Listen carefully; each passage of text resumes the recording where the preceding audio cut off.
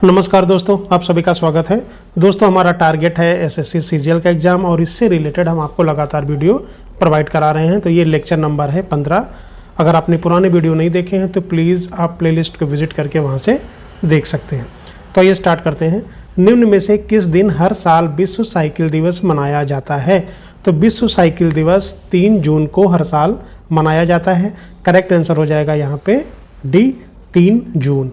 निम्न में से किस देश को सऊदी अरब ने लेबुतुम पुरस्कार के तहत हज समन्वयक के रूप में उत्कृष्टता के लिए सर्वश्रेष्ठ पुरस्कार सहित 2 पुरस्कारों से सम्मानित किया गया है? किसको किया है?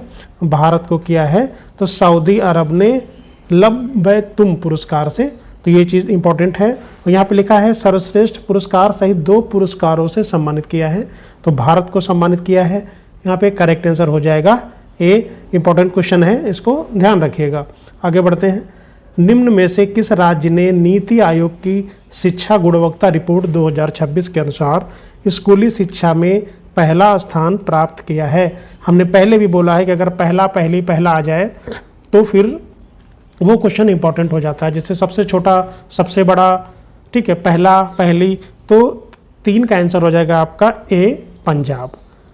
ठीक है, राज्य ने नीति आयोग की शिक्षा गुणवत्ता रिपोर्ट जो 2026 के अनुसार स्कूली शिक्षा में पहला स्थान किसका है? पंजाब का है। आगे बढ़ते हैं। निम्न में से किस देश में शांग्री-ला डायलॉग नामक प्रसिद्ध रक्षा शिखर सम्मेलन आयोजित किया गया? तो कहाँ पे किया गया था? ये सिंगापुर में आयोजित किया गया था। करेक्ट आंसर हो जाएगा डी। निम्न में से किस स्थान पर नौसेना शौर्य वाटिका नामक एक ओपन एयर नौसेना संग्रहालय का उद्घाटन किया गया? तो करेक्ट आंसर हो जाएगा डी, लखनऊ में किया गया था। नौसेना शौर्य वाटिका नामक एक ओपन एयर नौसेना संग्रहालय का उद्घाटन कहाँ पे हुआ है? लखनऊ में हुआ है।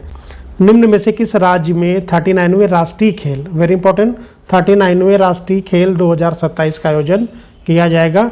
तो मेघालय में किया जाएगा। करेक्ट आंसर हो जाएगा आपका सी, मेघालय में किया जाएगा। 2 जून 2026 को किस देश का 80वां राष्ट्रीय दिवस मनाया गया? कहाँ का? इटली का। तो करेक्ट आंसर हो जाएगा यहाँ पे बी। निम्न में से किसे अंडमान और निकोबार कमान के लिए 20वें कमांडर इन चीफ के रूप में नियुक्त किया है? तो कमांडर इन चीफ के रूप में किसे नियुक्त किया है? करेक्ट आंसर हो जाएगा विनीत मैकार्थी को। करेक्ट आंसर है हमारा ए, नहीं, ऑप्शन आपका हो जाएगा ए। निम्न में से किसे हाल ही में केंद्रीय वायु कमान का प्रमुख नियुक्त किया है? क्वेश्चन को ध्यान से पढ़िएगा। केंद्रीय वायु कमान का प्रमुख किसे नियुक्त किया गया है? तरुण चौधरी को नियुक्त किया गया है। यहाँ पे ऑप्शन हो जाएगा आपका डी, तरुण चौधरी को। श्री पुरस्कार से सम्मानित बशीर बद्र का 91 वर्ष की आयु में निधन हो गया। वे कौन थे? यानी इनका संबंध किससे था? एथलीट थे, हास्यकार थे? तो ये एक कवि थे। करेक्ट आंसर हो जाएगा डी। वेरी इंपॉर्टेंट क्वेश्चन है, इसको ध्यान रखना है। आगे बढ़ते हैं। निम्न में से किसे द अर्थ प्राइज 2026 से सम्मानित नहीं किया गया है? वेरी इंपॉर्टेंट, यहाँ पे आपको ध्यान रखना है, नहीं किया गया है। द अर्थ प्राइज 2026 से सम्मानित नहीं किया है। तो किसको नहीं किया गया है? उनका नाम है रोहन प्रजापति। करेक्ट आंसर हो जाएगा हमारा बी, यानी ऑप्शन आपका आ जाएगा बी। गृह मंत्रालय द्वारा हाल ही में अधिसूचित किए गए इमिग्रेशन और विदेशियों जो संशोधन नियम 2026 के तहत किस अवधि को समाप्त कर दिया गया? जो 14 डेज की जो अवधि थी उसको समाप्त कर दिया गया। करेक्ट आंसर हो जाएगा ए। भारत के मुख्य न्यायाधीश सूर्यकांत ने हाल ही में कितने नए न्यायाधीशों को सर्वोच्च न्यायालय में नियुक्त किया है? तो 5 न्यायाधीशों को नियुक्त किया गया है। तो करेक्ट आंसर हो जाएगा यहाँ पे सी। संसद के दोनों सदनों की संयुक्त बैठक की अध्यक्षता निम्नलिखित में से कौन करता है? तो अध्यक्षता करता है लोकसभा अध्यक्ष। और बैठक को कौन बुलाता है?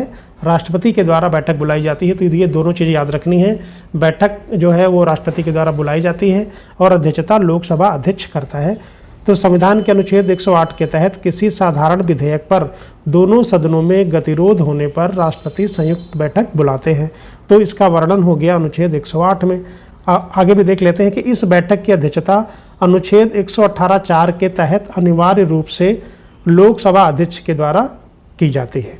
ठीक है, अब यहाँ पे लिखा है कि लोकसभा अध्यक्ष की अनुपस्थिति में लोकसभा का उपाध्यक्ष और यदि वह भी ना हो तो राज्यसभा का उपसभापति अध्यक्षता करता है। आगे बढ़ते हैं। चोल राजवंश के ऐतिहासिक अभिलेख से उनके समय के उन्नत स्थानीय स्वशासन की विस्तृत जानकारी कहाँ मिलती है? तो कहाँ पे मिलती है? उत्तर मेरूर अभिलेख में मिलती है। यहाँ पे करेक्ट आंसर हो जाएगा बी, इंपॉर्टेंट क्वेश्चन है। ये अभिलेख तमिलनाडु के कांचीपुरम जिले के उत्तर मेरूर में स्थित बैकुंठ पेरुमल मंदिर से प्राप्त हुआ है, जो परांतक चोल प्रथम के शासनकाल का है। इस अभिलेख से चोल कालीन ग्रामीण प्रशासन, ग्राम सभाओं, उर और सभा के कार्य संचालन और चुनाव लड़ने के नियमों से लॉटरी प्रणाली की अनूठी जानकारी मिलती है। चोल साम्राज्य भारतीय इतिहास में अपनी शक्तिशाली नौसेना और स्वायत्त ग्रामीण स्वशासन व्यवस्था के लिए विशेष रूप से प्रसिद्ध है। तो यहाँ पे ये चीज़ें पूछी जाती हैं कि जो चोल साम्राज्य है भारतीय इतिहास में अपनी शक्तिशाली नौसेना उसकी सबसे शक्तिशाली थी और स्वायत्त ग्रामीण स्वशासन व्यवस्था के लिए ये फेमस था। वर्ष 1793 में लॉर्ड कॉर्नवालिस द्वारा शुरू की गई अस्थायी बंदोबस्त व्यवस्था प्रमुख रूप से किन क्षेत्रों में लागू की गई थी? तो ये वेरी इंपॉर्टेंट क्वेश्चन है। तो यहाँ पे पहली चीज़ आपको ये देखना है कि लॉर्ड कॉर्नवालिस ने इसको शुरू किया गया था अस्थायी बंदोबस्त, और ये कब शुरू हुआ था? 1793 में, नहीं 1793 में। ये दो चीज़ें याद रखनी है आपको। और ये कहाँ पे हुआ था? बंगाल, बिहार और उड़ीसा में। तो यहाँ पे करेक्ट आंसर हो जाएगा सी। तो यहाँ पे आप थोड़ा सा डिटेल पढ़ सकते हैं। अस्थायी बंदोबस्त जिसको हम बोलते हैं जमींदारी व्यवस्था को भू राजस्व वसूलने के लिए ब्रिटिश भारत के लगभग 19% क्षेत्र पर लागू किया गया था, जिसमें बंगाल, बिहार, उड़ीसा और वाराणसी शामिल थे। इस व्यवस्था के तहत जमींदारों को भूमि का अस्थायी मालिक बना दिया गया और सरकार को दिए जाने वाले राजस्व की दर हमेशा के लिए निश्चित कर दी गई। इसमें सूर्यास्त का नियम शामिल था, जिसके तहत यदि निश्चित तिथि के सूर्यास्त तक राजस्व जमा नहीं होता था तो जमींदार की जमींदारी नीलाम कर दी जाती थी। भारतीय मानक समय रेखा भारत के कुल 5 राज्यों से गुजरती है। निम्नलिखित में से किस राज्य से ये रेखा नहीं गुजरती है? तो ये तेलंगाना से नहीं गुजरती है। करेक्ट आंसर हो जाएगा डी। और कहाँ से गुजरती है ये चीज़ आपको नोट डाउन कर लेनी है। तो यहाँ पे दिया है कि भारत की मानक समय रेखा उत्तर प्रदेश के मिर्जापुर प्रयागराज के निकट से होकर गुजरती है, जिसे पूरे देश का मानक समय माना गया है। तो ये 5 राज्यों से गुजरती है, उत्तर प्रदेश, मध्य प्रदेश, छत्तीसगढ़, उड़ीसा और आंध्र प्रदेश। ठीक है, आगे बढ़ते हैं। महासागरीय जलधाराओं में गल्फ स्ट्रीम किस प्रकार की धारा है और यह किस महासागर में प्रवाहित होती है? तो ये एक गर्म जलधारा है और ये अटलांटिक महासागर में प्रवाहित होती है। तो यहाँ पे करेक्ट आंसर हो जाएगा आपका बी। गल्फ स्ट्रीम उत्तरी अटलांटिक महासागर में बहने वाली एक अत्यंत तीव्र और गर्म महासागरीय जलधारा है, जो मैक्सिको की खाड़ी से उत्पन्न होती है। तो देखो यहाँ पे हमने अटलांटिक महासागर कहा था, तो उत्तरी अटलांटिक महासागर में बहने वाली धारा है। ये याद रखना है कि उत्तरी, और अगर वो दक्षिणी बोल देता है तो आपको आंसर आपका क्या हो जाएगा? उत्तरी अटलांटिक महासागर। ये धारा यूरोप के पश्चिमी तट, विशेषकर ब्रिटेन और नॉर्वे के बंदरगाहों को सर्दियों में बर्फ जमने से बचाती है, इसलिए इसे यूरोप का कंबल भी कहा जाता है। आगे बढ़ते हैं। आर्थिक शब्दावली में स्टैगफ्लेशन निम्नलिखित में से किस आर्थिक स्थिति को प्रदर्शित करता है? तो इसका मतलब होता है कि उच्च मुद्रास्फीति के साथ उच्च बेरोजगारी और आर्थिक मंदी। करेक्ट आंसर हो जाएगा सी। ये क्वेश्चन इकोनॉमिक्स से बहुत बार पूछा गया है। आगे बढ़ते हैं। स्टैगफ्लेशन एक ऐसी जटिल आर्थिक स्थिति है जहां देश की आर्थिक विकास दर धीमी हो जाती है और बेरोजगारी दर के साथ साथ महंगाई भी तेजी से बढ़ती है। ऑप्टिकल फाइबर का उपयोग दूरसंचार और हाई स्पीड इंटरनेट में किया जाता है। यह प्रकाश के किस वैज्ञानिक सिद्धांत पर कार्य करता है? ये किस पे कार्य करता है? प्रकाश का पूर्ण आंतरिक परावर्तन पे ये कार्य करता है। तो यहाँ पे करेक्ट आंसर हो जाएगा सी। ये वेरी इंपॉर्टेंट क्वेश्चन है, ऐसे क्वेश्चन पूछे जाते हैं। ऑप्टिकल फाइबर अत्यंत पतले कांच या प्लास्टिक के धागों से बनी एक नली होती है, जिसके माध्यम से प्रकाश सिग्नलों को बिना किसी ऊर्जा हानि के लंबी दूरी तक भेजा जा सकता है। इसका उपयोग हाई स्पीड डेटा ट्रांसफर के अलावा चिकित्सा के क्षेत्र में शरीर के आंतरिक अंगों की जांच के लिए एंडोस्कोपी में भी किया जाता है। पानी की अस्थायी कठोरता को दूर करने के लिए निम्नलिखित में से किस रसायन का उपयोग किया जाता है? तो सोडियम कार्बोनेट का उपयोग करते हैं, जिसको हम बोलते हैं धावन सोडा। करेक्ट आंसर हो जाएगा ए। मानव शरीर में पाचन के बाद अतिरिक्त ग्लूकोज को ग्लाइकोजन के रूप में संचित करने का कार्य मुख्य रूप से किस अंग द्वारा किया जाता है? तो ये यकृत के द्वारा किया जाता है। तो करेक्ट आंसर हो जाएगा यहाँ पे बी। गुप्त काल के प्रसिद्ध लेखक विशाख दत्त द्वारा रचित संस्कृत नाटक मुद्रा राक्षस का प्रमुख विषय क्या है? तो इनका जो विषय था चंद्रगुप्त मौर्य के समय मगध के राजनीतिक घटनाक्रम और चाणक्य की चालों के बारे में वर्णन इन्होंने किया है, तो करेक्ट आंसर हो जाएगा सी। मुद्रा राक्षस 4वीं-5वीं शताब्दी में विशाखदत्त द्वारा लिखा गया एक प्रसिद्ध ऐतिहासिक और राजनीतिक नाटक है। तो इसका जो टाइटल है वो भी आपको याद रखना है कि ये प्रसिद्ध ऐतिहासिक और राजनीतिक नाटक है। ये नाटक विस्तार से लगता है कि किस प्रकार आचार्य चाणक्य ने अपनी तीक्ष्ण कूटनीति से नंद वंश के मंत्री राक्षस को अपने पक्ष में किया और चंद्रगुप्त मौर्य को मगध का सम्राट बनाया। भारतीय संविधान के तहत यदि किसी नागरिक के मौलिक अधिकारों का हनन होता है तो वह किस अनुच्छेद के तहत सीधे सर्वोच्च न्यायालय जा सकता है? तो अनुच्छेद 32 के तहत वो सीधे सर्वोच्च न्यायालय जा सकता है। तो करेक्ट आंसर हो जाएगा बी। अनुच्छेद 32 संवैधानिक उपचारों का अधिकार प्रदान करता है, जिसे डॉक्टर BR अम्बेडकर ने संविधान का हृदय और आत्मा कहा था। ठीक है, तो सुप्रीम कोर्ट नागरिकों के लिए अधिकारों के लिए रक्षा के लिए 5 प्रकार के रिट जारी कर सकता है। यदि नागरिक उच्च न्यायालय जाना चाहता है तो 226 के तहत याचिका दायर कर सकता है और सुप्रीम कोर्ट में अनुच्छेद 32 के तहत याचिका दायर कर सकता है। दिल्ली सल्तनत के किस शासक ने अपनी राजधानी को दिल्ली से बदलकर दौलताबाद यानी देवगिरी स्थानांतरित कर दिया था? तो इसका आंसर आ जाएगा मोहम्मद बिन तुगलक ने किया था इसको। तो यहाँ पे करेक्ट आंसर हो जाएगा सी। मोहम्मद बिन तुगलक ने दक्षिण भारत पर बेहतर प्रशासनिक नियंत्रण रखने और मंगोल आक्रमण से बचने के लिए 1327 में राजधानी स्थानांतरित की थी। निम्नलिखित में से कौन सी नदी भ्रंश घाटी से होकर बहती है और अरब सागर में गिरकर एक्सुरी और ज्वार नदीमुख का निर्माण करती है? तो यहाँ पे करेक्ट आंसर हो जाएगा सी। ठीक है, ये इंपॉर्टेंट क्वेश्चन है, ये पूछे जाते हैं। नर्मदा नदी मध्य प्रदेश के अमरकंटक पठार से निकलती है, ये भी पूछा जाता है।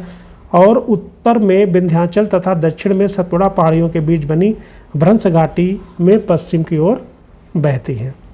पश्चिम की ओर बहने के कारण यह नदी अपने मुहाने पर गाद यानी डेल्टा नहीं जमा पाती और गुजरात के पास खंबात की खाड़ी यानी अरब सागर में गिरते समय एक सुरी बनाती है। नर्मदा और ताप्ती प्रायद्वीप भारत की 2 प्रमुख नदियां हैं जो पूर्व से पश्चिम की ओर बहती हैं। तो ये जो पॉइंट हम दे रहे हैं उसको नोट डाउन कर लेना है। भारत के बैंकिंग क्षेत्र में रेपो रेट और रिवर्स रेपो रेट का निर्धारण करने वाली मौद्रिक नीति समिति के अध्यक्ष कौन होते हैं? तो RBI के गवर्नर होते हैं। तो करेक्ट आंसर हो जाएगा यहाँ पे सी।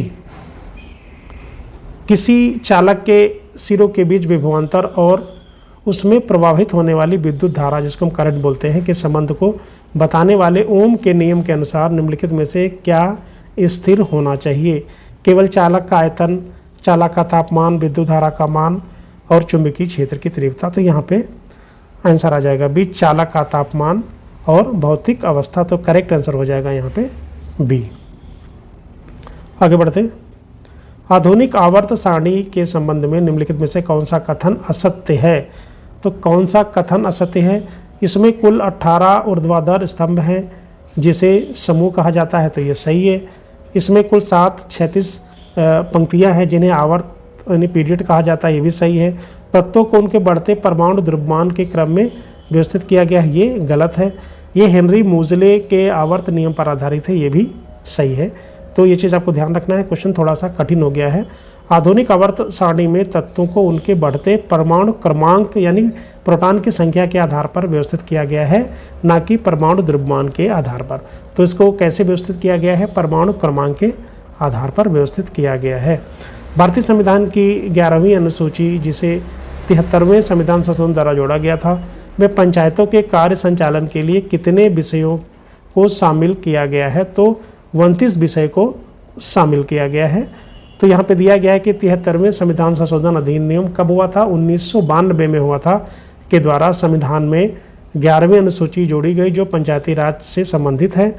और इस अनुसूची में पंचायतों को स्थानीय स्तर पर विकास और सामाजिक न्याय के लिए काम करने के लिए 29 विषय जैसे कृषि, पेयजल, ग्रामीण, विद्युतीकरण, स्वास्थ्य सौंपे गए हैं। और इसके विपरीत नगर पालिकाओं से संबंधित 12वीं अनुसूची में कुल 18 विषय शामिल है। तो ये भी क्वेश्चन आप नोट डाउन कर लिए कि जो नगर पालिका में के लिए 12वीं अनुसूची है और कुल कितने विषय हैं? कुल 18 विषय हैं। भारत में नीली क्रांति के बाद देश में बुनियादी ढांचों के विकास के लिए समुद्री उत्पादों और जलीय कृषि को बढ़ावा देने हेतु तो कौन सी एक नई योजना प्रधानमंत्री मत्स्य संपदा योजना जिसको PMMSY का क्रियान्वयन किया जा रहा है? इसका नोडल मंत्रालय कौन सा है, तो इसका नोडल मंत्रालय है मत्स्य पालन, पशुपालन और डेयरी मंत्रालय। करेक्ट आंसर हो जाएगा यहाँ पे बी। तो दोस्तों आशा करता हूँ कि वीडियो अच्छा लगा होगा। प्लीज़ लाइक शेयर और सब्सक्राइब जरूर करें। Thank you very much.